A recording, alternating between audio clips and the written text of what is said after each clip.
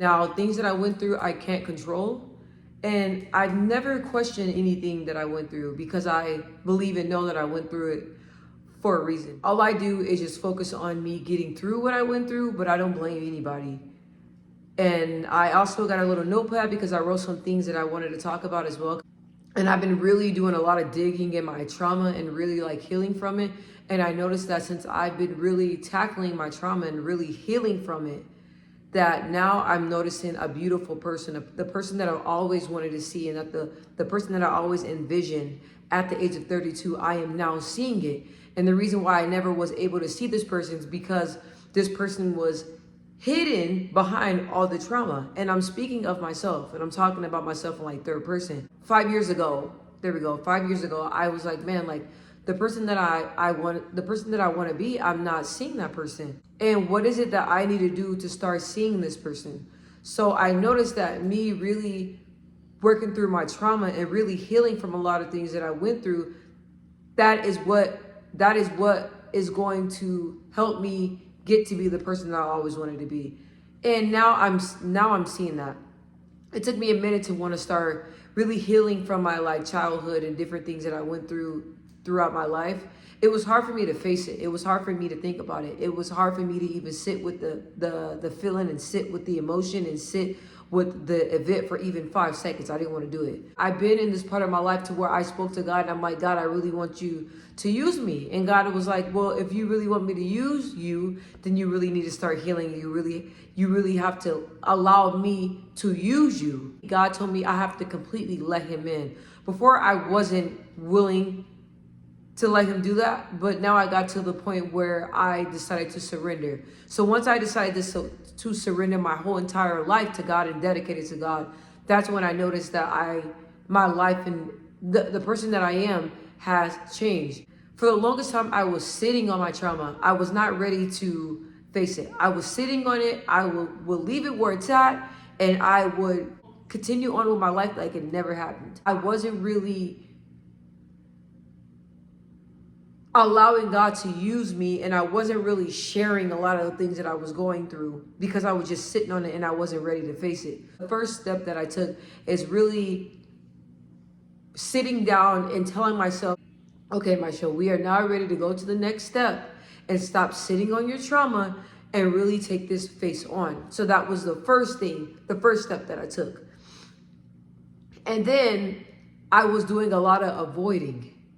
Even when I'm talking to my family members and they bring up other family members, or like they talk about like my dad's death and different things like that, I would avoid it. I would avoid a lot of things, such as, and it would be kind of awkward too because I would just change the subject. I'd be like, oh, so how are you guys doing today? Like that's how it was. So a lot of avoiding, a lot of pushing things off, a lot of brushing it under the rug, a lot of that. And I noticed that I do that a lot with myself, and I don't like that.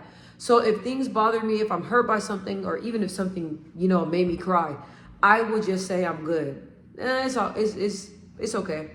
I promise you, it's perfectly fine. And it's not. And that's not fair to me, because when I used to do that, I could not understand.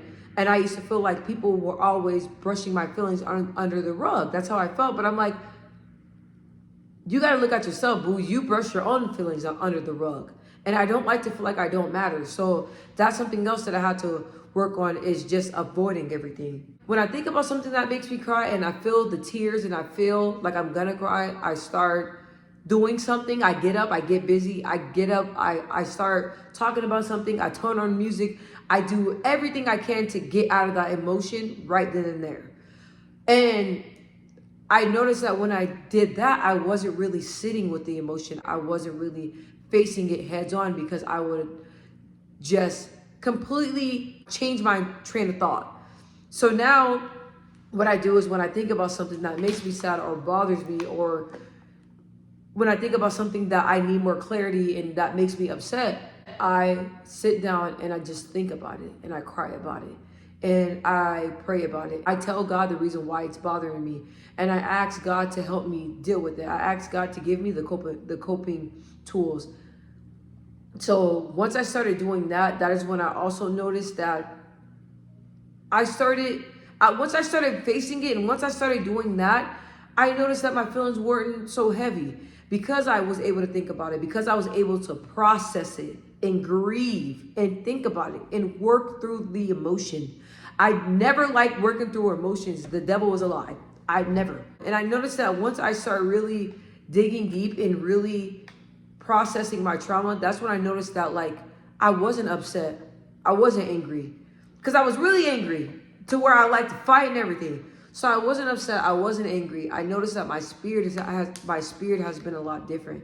I've been a lot lighter. I've been able to sleep at night. I've been able to stay asleep through the night.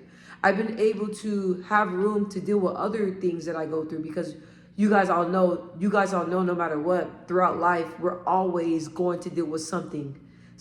We're always going to be dealing with something. But I was able to make room for other things because I didn't have any room, because I was carrying all this trauma. And I noticed that a lot of things happened to me, and I went through a lot of different things that really wasn't my fault. And another thing, you would never catch me blaming anybody. I don't blame nobody for anything that I went through in my life. I don't point fingers. I don't do none of that stuff. At the end of the day, we're all human. We all make mistakes, and I don't hold on to things. So I love you guys. I really hope that this video was helpful. I'm just really proud of myself that I've just been really tackling my trauma. And I can look right now, I was going to say in the mirror, but I can look at the video, at the video, I can look at myself, and I just love the woman that I am. I love the woman that I'm becoming. I have a calm spirit, and I don't want to fight no more like that. You know, I don't want to throw hands. So that's how I know that God is working with me, and God is continuing to work with me. And I just feel like the Holy Spirit, I just feel God's presence working all through me. Your trauma is not your fault, but it is your responsibility to take care of it and to do what you need to do to make sure that your heart's not blocked, to make sure you're not bitter, to make sure you're not angry, to make sure that you don't have any hate. That is your responsibility. And just give yourself grace. Okay? I love you. Bye.